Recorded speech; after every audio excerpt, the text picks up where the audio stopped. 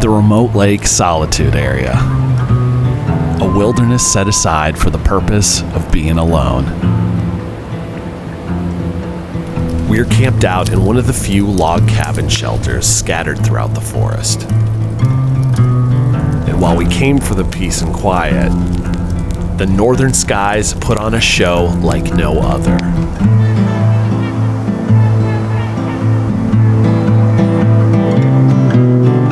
Join us as we ride into this unique corner of Minnesota and soak in the beauty of the North Country.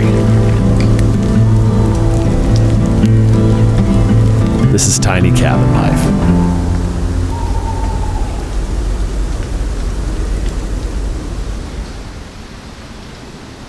We're in the Savannah State Forest in northern Minnesota, arriving at the border of what's known as the Remote Lake Solitude Area. It's a portion of the forest that borders the Savannah Portage State Park and offers an opportunity for people to truly get away from it all. It's home to lakes, wetland areas, and a dense forest.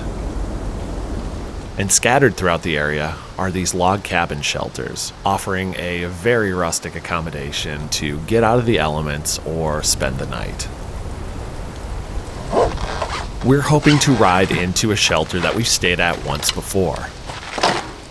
It's located right on the shore of Remote Lake and should offer an opportunity for some fishing.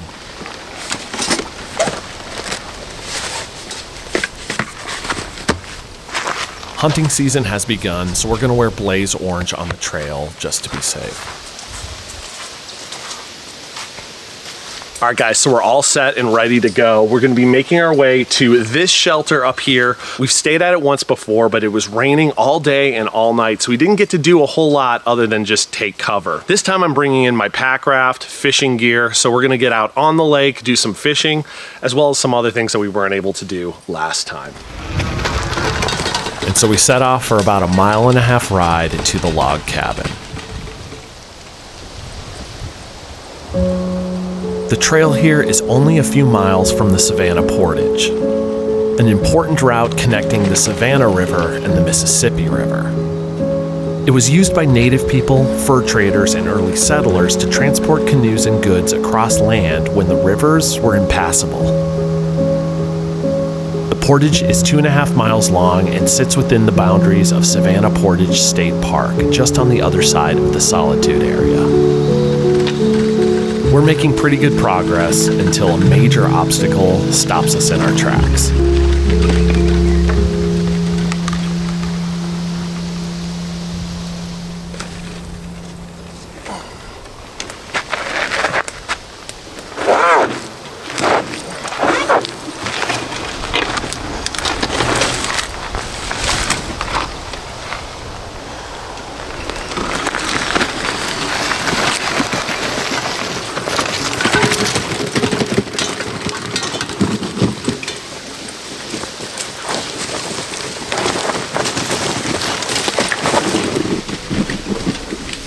This terrain here is so bad. I mean, look how awful this is. The trail is just torn to shreds. Really, really bad. There are other shelters, and I actually brought a shelter of our own, but I really want to get to that cabin because it's right on the lake, and I want to do some fishing today. All right, so if you take a look at this, we're right there where the blue dot is. We're trying to get to that shelter up there. There's no way we're taking that trail. It's just too torn up. But what we can do is turn around and head to this shelter. And if it looks nice, we'll stay there. And then we can hike our way over to the lake with our fishing gear. And now I'm gonna have to turn this thing around and walk it up this horrible hill. But I suppose I was gonna have to do that tomorrow anyway, so might as well get it over with.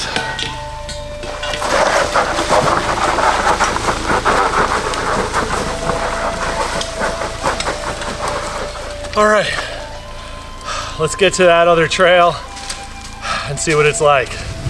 Oh, I hope it's better than this one.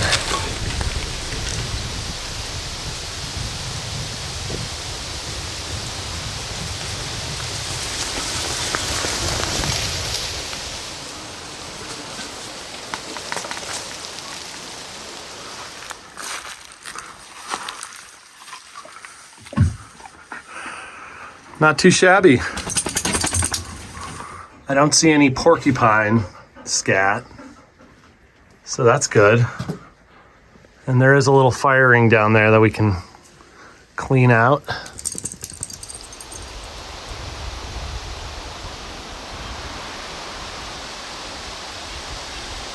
Well, I think this is gonna be home, and I'll show you why. This straight ahead is the trail to the original cabin on Remote Lake. Definitely not getting our bike and trailer through here. So here we were in the middle of the forest, finally at our log cabin. Bordering camp was a large pond, home to beavers and attracting trumpeter swans. And so I got right to work setting up camp at the cabin. I began by creating a broom out of a pine branch, just to be able to sweep out some of the sand and get it as clean as possible.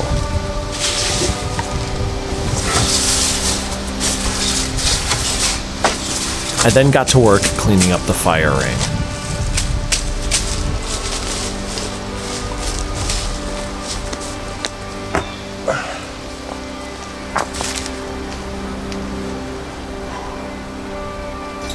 Then it was time to bring in our gear. You've got Ellie's bed and a brand new sleeping setup for me.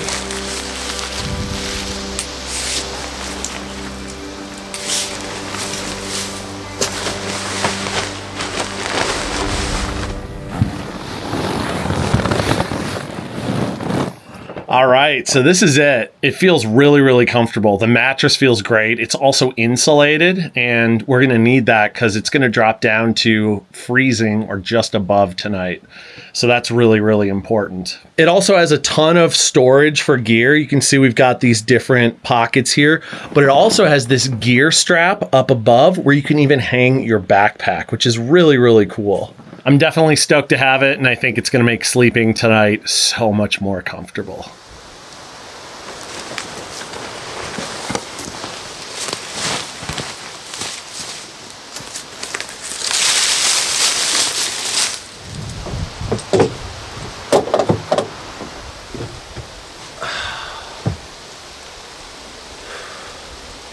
Well, this is home sweet home for the night. It actually cleaned up pretty nice.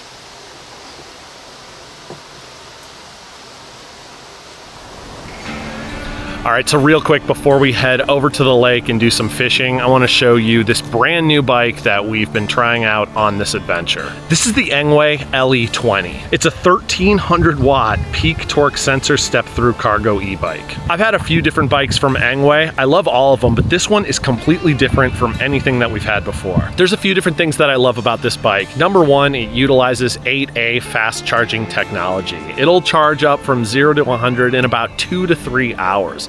Which is so much faster than other bikes that I've had. It also has a ton of range. It'll go 109 miles on a full charge with one battery, or if you have two like I do, it'll take you 211 miles. So even though we've been working this thing pretty hard pulling that trailer, I have no doubt that it's gonna get us home safe and sound. It's also very safe and extremely comfortable. It has a turn signal on the taillight and a torque sensor. And I love how on the back there I've got room for cargo or a passenger, or I take Olivia out on rides, and it is so much fun. If you use just the throttle there, you can go up to 20 miles per hour. However, if you pedal too, it'll take you 28 miles per hour, which I think is cool. I love how portable it is too. You can drop down the seat and the handlebars, making it easier to store and put in my truck. And I realized instead of hiking, I think we can actually take our bike over to Remote Lake. I think there might be a way to skate around the water down there, and this should make the 1 mile round trip a little bit quicker.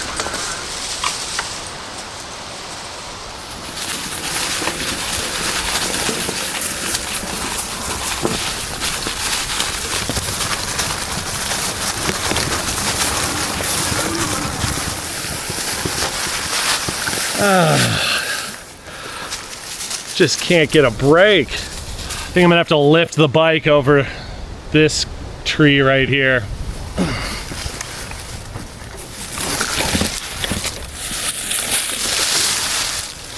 All right, there's one more here.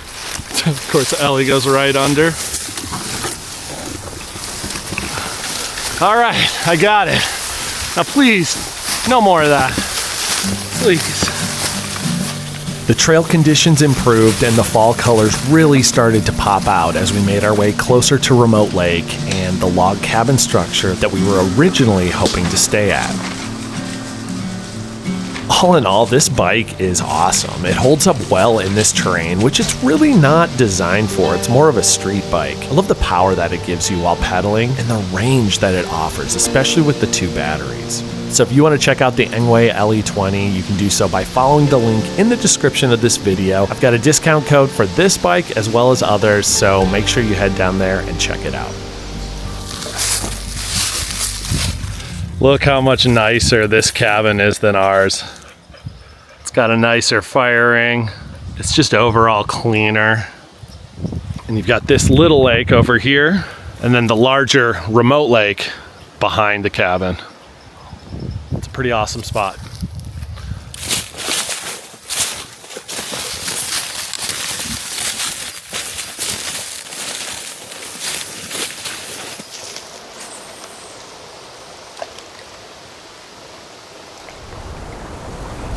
This is Remote Lake, the body of water for which the entire Solitude area is named. About half of it does lie within the Savannah Portage State Park, offering a few different ways to access it. As you can see, there are a few islands, and some of them actually have campsites, so if you're willing to get out and paddle, you'll have the area all to yourself. So as you can see, I'm not taking my pack raft out, and that's because we're just running out of daylight. There's a lot of weeds here. Yeah, a lot of weeds. There are a bunch of different fish inside this lake, including northern pike, bass, and panfish. But since nothing's biting, I figured we might as well head back to the cabin and get a fire started.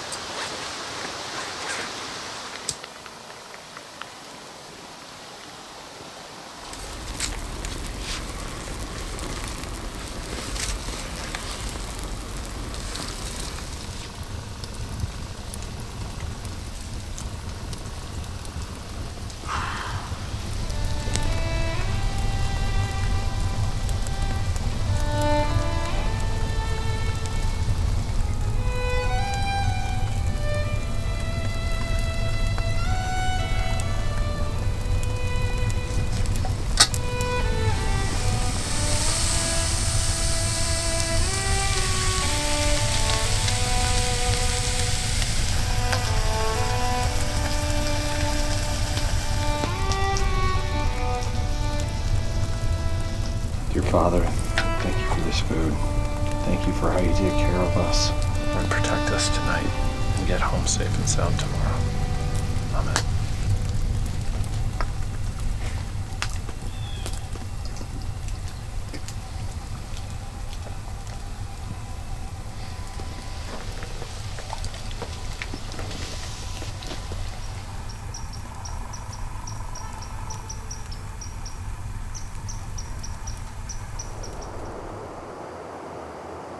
As the sun went down, the cold air began to emerge.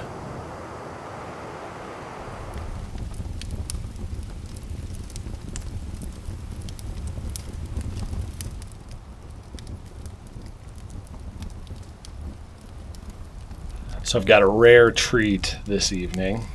I don't typically go for scotch, but I ripped off a bottle from my dad. Actually, I'm bringing it home to him. And I figured, why not? Let's do it.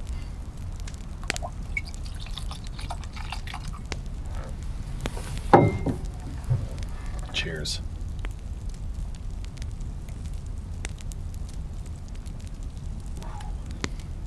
That is good.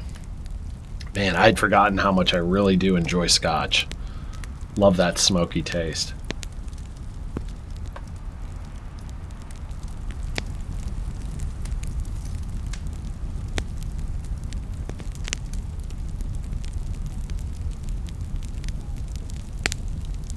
Finally, it was about time to get into bed. I got Ellie set up in her sleeping bag first, and then put up my hammock again.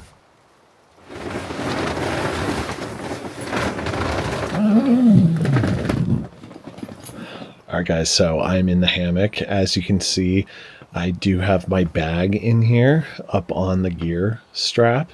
As you can see too, the temperature is dropping and we're supposed to get down to freezing tonight. So definitely glad to have a good sleeping bag and this insulated sleeping pad.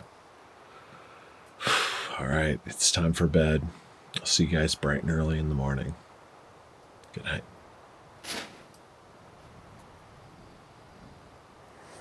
But it wasn't long before I opened my eyes and noticed something pretty incredible going on outside.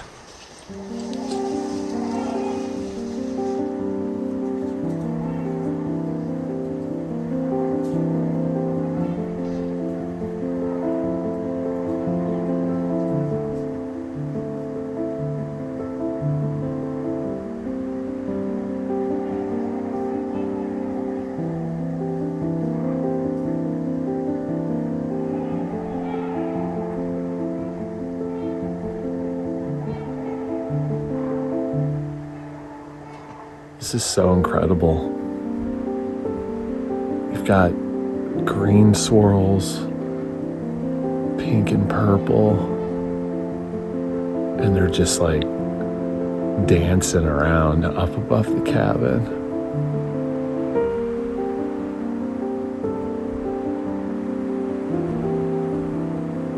Unbelievable.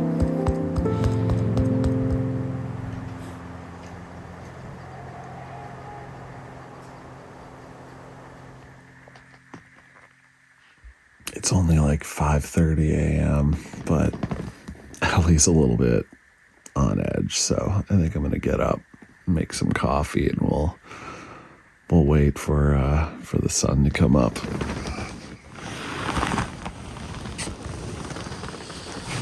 Hey, Elle.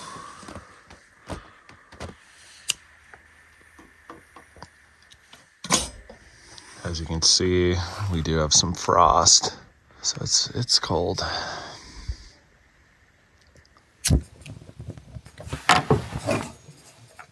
So here's the problem with these butane stoves.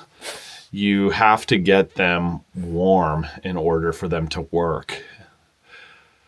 So I got to warm it up here in between my knees for a minute just to get it started, and then I may have to like cut my hands around it.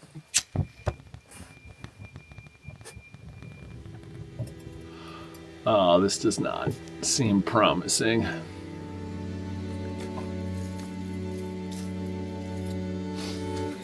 All right, so I decided to make a little fire. Just a tiny one to get this coffee. Hopefully we can get it hot enough to boil.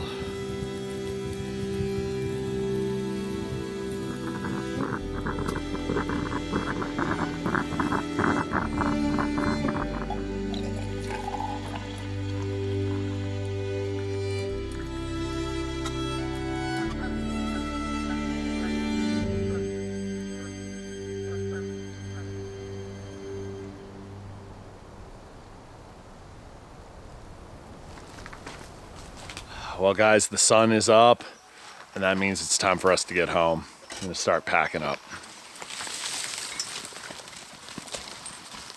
Loading up my gear is a tedious job. With the adventure behind us, I'm just focused on getting back to the truck safe and sound. Well, we definitely left this place better than we found it. Swept it out, cleaned it out, rebuilt the fire ring. But we're all packed up now, so let's make some tracks and get back to the truck.